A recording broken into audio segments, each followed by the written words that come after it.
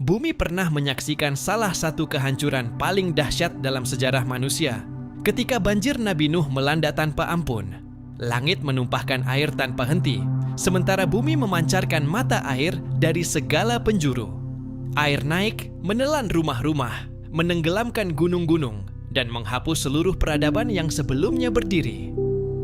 Di tengah kedahsyatan itu, hanya segelintir manusia yang selamat, yaitu mereka yang beriman bersama Nabi Nuh, menaiki bahtera yang menjadi satu-satunya perlindungan dari murka Allah. Allah menggambarkan peristiwa ini dalam Al-Quran sebagai bentuk pemurnian bumi dari kesyirikan.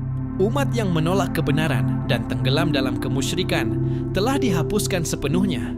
Setelah air surut, bumi menjadi sunyi, seolah baru saja dilahirkan kembali. Tidak ada lagi jejak kesombongan manusia yang dahulu memenuhi bumi. Semuanya telah sirna. Dari para penyintas itulah kehidupan dimulai kembali. Keturunan Nabi Nuh yang dikenal melalui garis Sem, Ham, dan Yafits perlahan berkembang dan menyebar ke berbagai penjuru bumi. Mereka membangun kembali kehidupan, membuka tanah-tanah baru, dan membentuk komunitas-komunitas yang kelak menjadi bangsa-bangsa besar. Namun, bersama berkembangnya peradaban, ujian yang sama pun kembali muncul.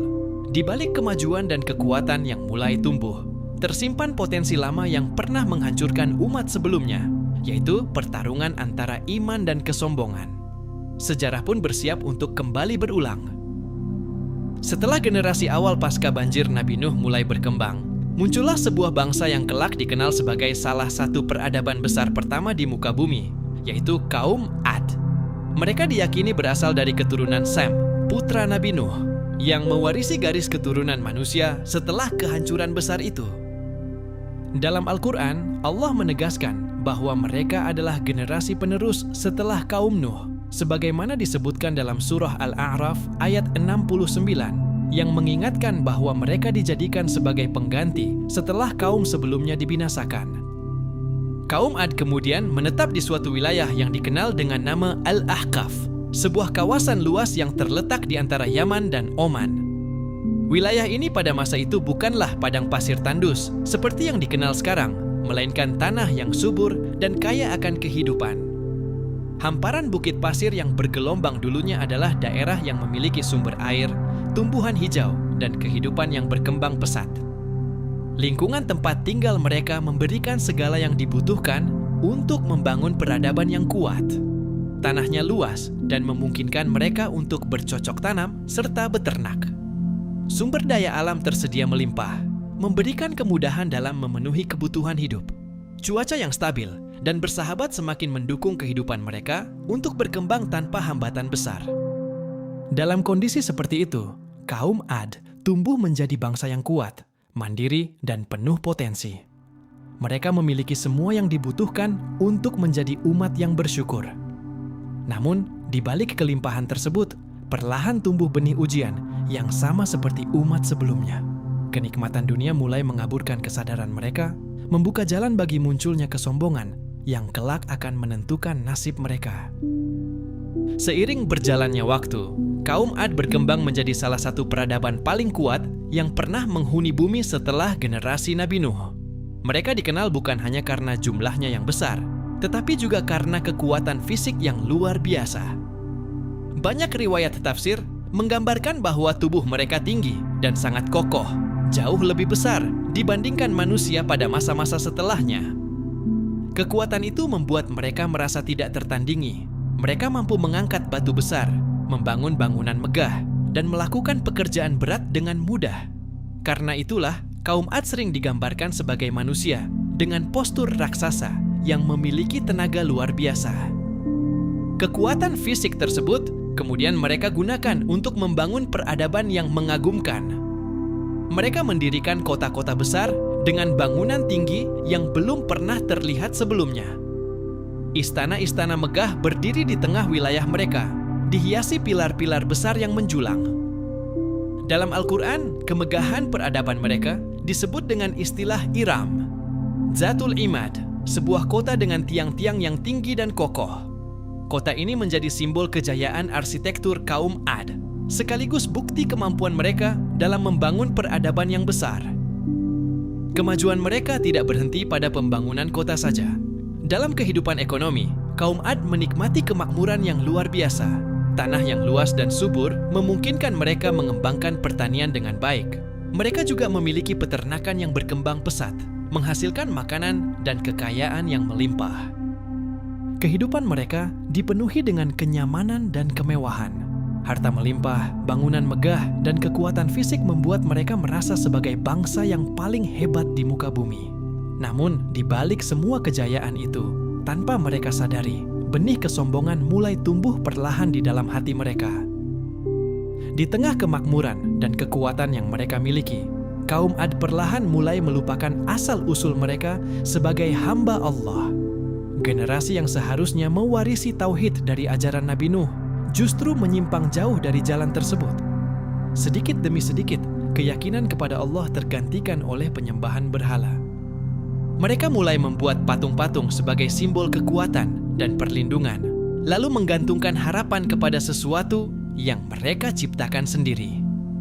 Dalam kesesatan itu, mereka tidak lagi melihat Allah sebagai sumber segala nikmat, melainkan menganggap bahwa kekuatan dan keberhasilan berasal dari diri mereka sendiri. Perubahan keyakinan ini kemudian melahirkan kesombongan yang bersifat kolektif. Kaum Ad tidak hanya merasa kuat, tetapi juga meyakini bahwa tidak ada satupun yang mampu menandingi mereka. Puncak kesombongan itu diabadikan dalam firman Allah dalam surah Fussilat ayat 15 ketika mereka berkata dengan penuh keangkuhan, "Siapa yang lebih kuat dari kami?"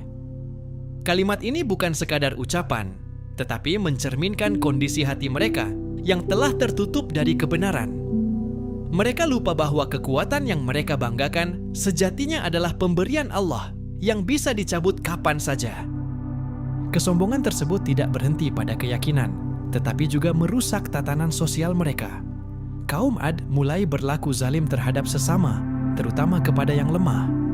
Kekuasaan digunakan untuk menindas, bukan melindungi. Kehidupan mereka dipenuhi dengan kesenangan dunia, pesta, dan kemewahan tanpa batas. Mereka tenggelam dalam kenikmatan hingga melupakan nilai-nilai keadilan dan kebenaran. Dalam kondisi seperti inilah, kaum Ad berada di ambang kehancuran, meskipun secara lahiriah mereka tampak sebagai bangsa yang paling kuat di muka bumi. Ketika kaum Ad semakin tenggelam dalam kesombongan dan kesesatan, Allah tidak membiarkan mereka tanpa peringatan. Dari tengah-tengah mereka sendiri, Allah mengutus seorang Rasul, yaitu Nabi Hud. Beliau bukanlah orang asing, melainkan bagian dari kaum Ad, seseorang yang mereka kenal, yang memahami bahasa, budaya, dan cara hidup mereka. Hal ini menjadi bukti bahwa dakwah yang dibawa bukanlah sesuatu yang jauh dari mereka, melainkan kebenaran yang seharusnya mudah mereka terima. Sebagai seorang nabi, Hud diutus dengan satu misi utama, yaitu mengembalikan kaumnya kepada tauhid, ajaran yang telah diwariskan sejak zaman Nabi Nuh. Beliau menyeru mereka agar meninggalkan penyembahan berhala dan kembali menyembah Allah semata, Tuhan yang telah menciptakan mereka dan memberikan segala nikmat yang mereka rasakan. Tidak hanya itu, Nabi Hud juga memperingatkan mereka tentang azab yang akan datang jika mereka terus dalam kesombongan dan penolakan. Peringatan itu bukan ancaman kosong, melainkan bentuk kasih sayang agar mereka tidak mengalami kehancuran seperti umat-umat sebelumnya. Dalam menyampaikan dakwahnya, Nabi Hud menggunakan pendekatan yang lembut dan penuh kebijaksanaan. Beliau tidak langsung mencela, tetapi mengajak dengan kata-kata yang menyentuh hati dan akal. Ia mengingatkan kaumnya tentang asal-usul mereka, bahwa mereka adalah generasi penerus setelah kehancuran kaum banjir Nabi Nuh. Dengan mengingat sejarah itu, Nabi Hud berharap mereka menyadari bahwa kesombongan dan penolakan terhadap kebenaran hanya akan membawa kehancuran. Nabi Hud juga berbicara dengan logika yang sederhana namun kuat. Ia mengajak mereka merenungkan siapa yang memberi mereka kekuatan, siapa yang menurunkan hujan, dan siapa yang menyediakan rezeki. Semua pertanyaan itu mengarah pada satu jawaban, yaitu Allah.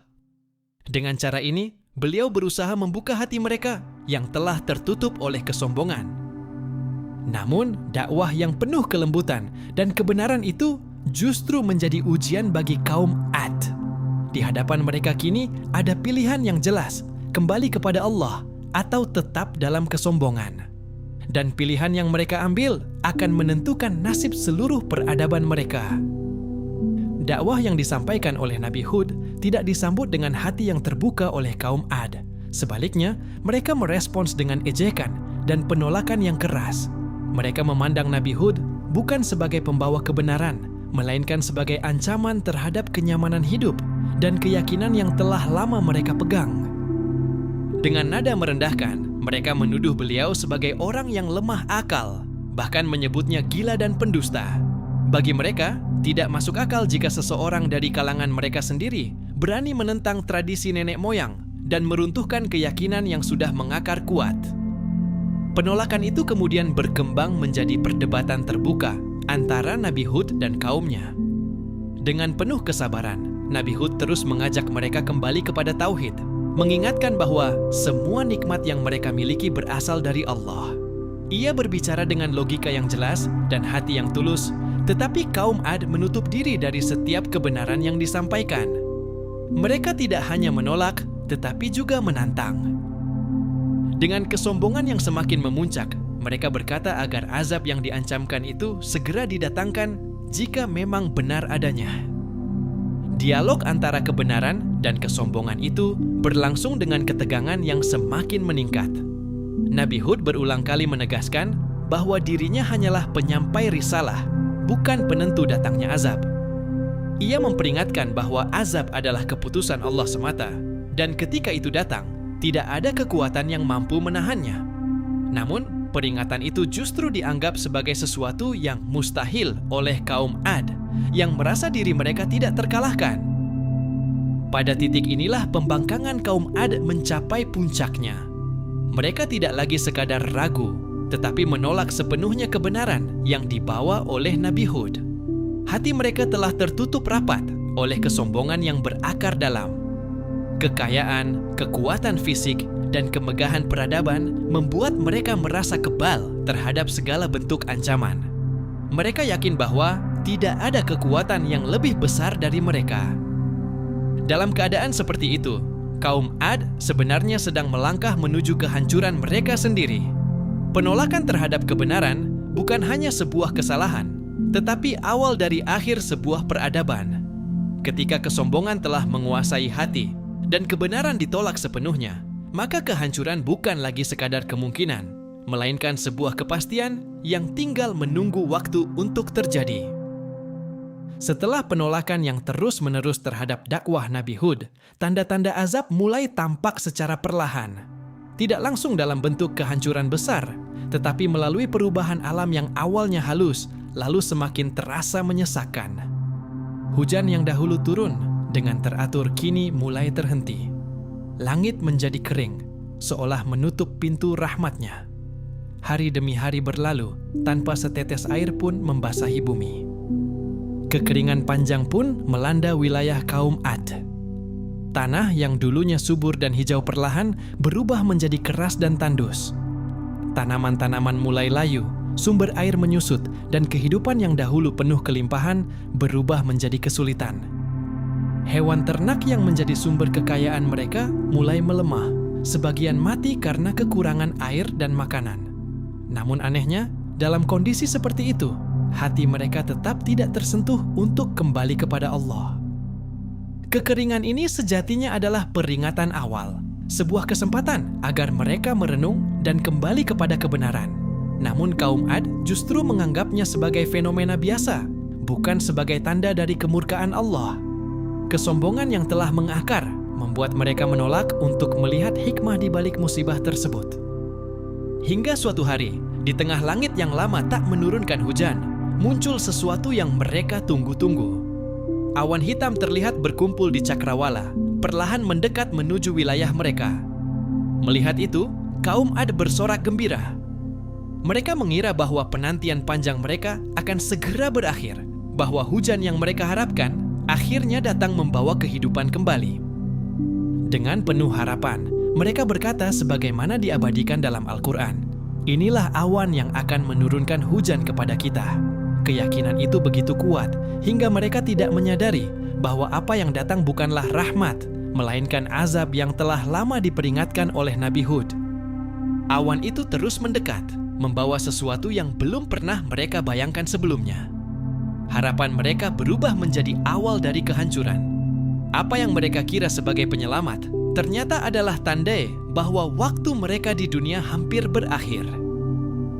Awan hitam yang sebelumnya disambut dengan harapan oleh kaum Ad ternyata membawa sesuatu yang jauh dari bayangan mereka. Apa yang mereka kira sebagai hujan pembawa kehidupan berubah menjadi awal dari azab yang mengerikan. Angin mulai bertiup, awalnya pelan, namun perlahan berubah menjadi semakin kencang dan dingin menusuk. Inilah angin topan yang Allah kirimkan sebagai hukuman atas kesombongan mereka. Angin tersebut bukan angin biasa. Ia adalah angin yang sangat kuat, dingin, dan menghancurkan, yang terus berhembus tanpa henti selama 7 malam dan 8 hari, sebagaimana disebutkan dalam Al-Quran. Tidak ada jeda, tidak ada kesempatan untuk berlindung. Setiap hembusannya membawa kekuatan yang mampu merobohkan apapun yang berdiri di hadapannya. Kaum Ad yang dahulu merasa diri paling kuat, kini tidak berdaya menghadapi kekuatan yang jauh melampaui mereka. Bangunan-bangunan megah yang mereka banggakan mulai runtuh satu persatu. Istana-istana tinggi yang dahulu menjadi simbol kejayaan berubah menjadi puing-puing yang beterbangan. Pilar-pilar kokoh yang mereka dirikan dengan penuh kesombongan tidak mampu bertahan menghadapi terjangan angin tersebut. Kota yang dulu ramai dan megah kini berubah menjadi medan kehancuran yang sunyi dan menakutkan. Lebih mengerikan lagi adalah keadaan manusia yang mengalaminya.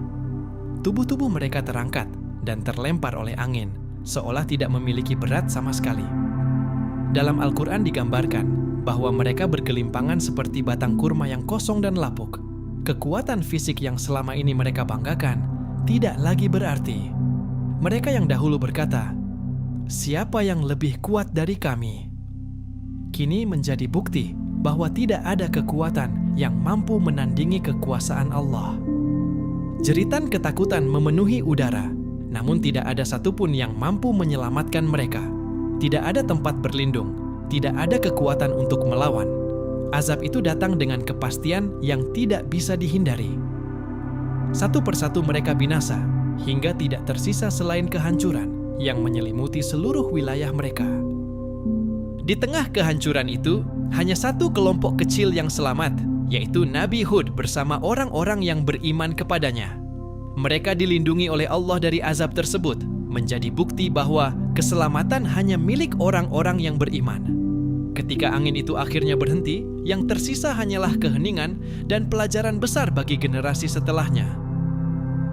Di tengah dahsyatnya azab yang menghancurkan kaum Ad, terdapat satu pemandangan yang penuh ketenangan di balik badai yang mengamuk. Allah memberikan perlindungan khusus kepada hamba-hambanya yang beriman. Nabi Hud bersama para pengikutnya yang setia tidak tersentuh oleh angin topan yang mematikan itu. Ketika kehancuran melanda dari segala arah, mereka berada dalam penjagaan Allah, merasakan keamanan di saat yang lain diliputi ketakutan. Perlindungan ini bukanlah kebetulan, melainkan bukti nyata dari keadilan Allah. Dia tidak menyamakan antara orang yang beriman dengan orang yang ingkar. Ketika azab turun, ia hanya menimpa mereka yang menolak kebenaran dengan kesombongan, sementara orang-orang yang berpegang teguh pada iman diselamatkan. Peristiwa ini menjadi penegasan bahwa keimanan bukan sekadar keyakinan di dalam hati, tetapi jalan keselamatan yang nyata, bahkan di tengah bencana yang paling mengerikan sekalipun. Setelah angin dahsyat itu berhenti, bumi kembali sunyi. Tidak ada lagi kemegahan kaum Ad. Tidak ada lagi suara kesombongan yang dulu menggema. Yang tersisa hanyalah puing-puing kehancuran dan sekelompok kecil manusia yang selamat karena iman mereka. Dari merekalah kehidupan kembali dilanjutkan. Para pengikut Nabi Hud memulai kembali perjalanan manusia di bumi dengan kesadaran yang lebih dalam tentang kekuasaan Allah. Mereka membawa pelajaran besar dari peristiwa tersebut, bahwa tidak ada kekuatan yang mampu menandingi kehendaknya. Generasi yang lahir setelah itu tumbuh dengan kisah kehancuran kaum Ad sebagai peringatan yang hidup. Kisah ini kemudian menjadi pelajaran abadi bagi umat-umat berikutnya. Ia mengajarkan bahwa keadilan Allah selalu berjalan seiring dengan rahmat-Nya. Bahwa setiap peringatan yang datang bukanlah untuk menakut-nakuti, tetapi untuk menyelamatkan. Dan bahwa di balik setiap kehancuran, selalu ada hikmah bagi mereka yang mau mengambil pelajaran. Kisah kaum Ad mengajarkan bahwa kesombongan adalah awal kehancuran. Kekuatan fisik, kemakmuran, dan kemajuan peradaban tidak pernah menjadi jaminan keselamatan. Mereka yang merasa paling kuat justru menjadi bukti bahwa manusia tidak memiliki daya di hadapan kekuasaan Allah. Inilah sunnatullah yang terus berulang dalam sejarah. Sebagaimana setelah banjir Nabi Nuh, manusia kembali diuji dengan pilihan antara iman dan kesombongan. Pola yang sama kemudian terlihat pada umat setelahnya, seperti kaum Tsamud yang didatangi Nabi Saleh. Mereka mengulangi kesalahan yang sama, yaitu menerima nikmat, lalu lupa, menjadi sombong, dan akhirnya dihancurkan. Hal ini menunjukkan bahwa sejarah bukan sekadar cerita, melainkan pola yang terus berulang bagi siapapun yang tidak mengambil pelajaran. Kini, jejak kaum Ad hampir tidak tersisa. Kota megah mereka lenyap tanpa bekas yang jelas, seolah ditelan oleh waktu. Namun kisah mereka tetap hidup dan abadi dalam Al-Quran sebagai peringatan sepanjang zaman. Dari sini manusia diingatkan bahwa peradaban sebesar apapun bisa runtuh jika dibangun di atas kesombongan. Yang abadi bukanlah kekuatan atau kemegahan, tetapi kebenaran dan keimanan kepada Allah.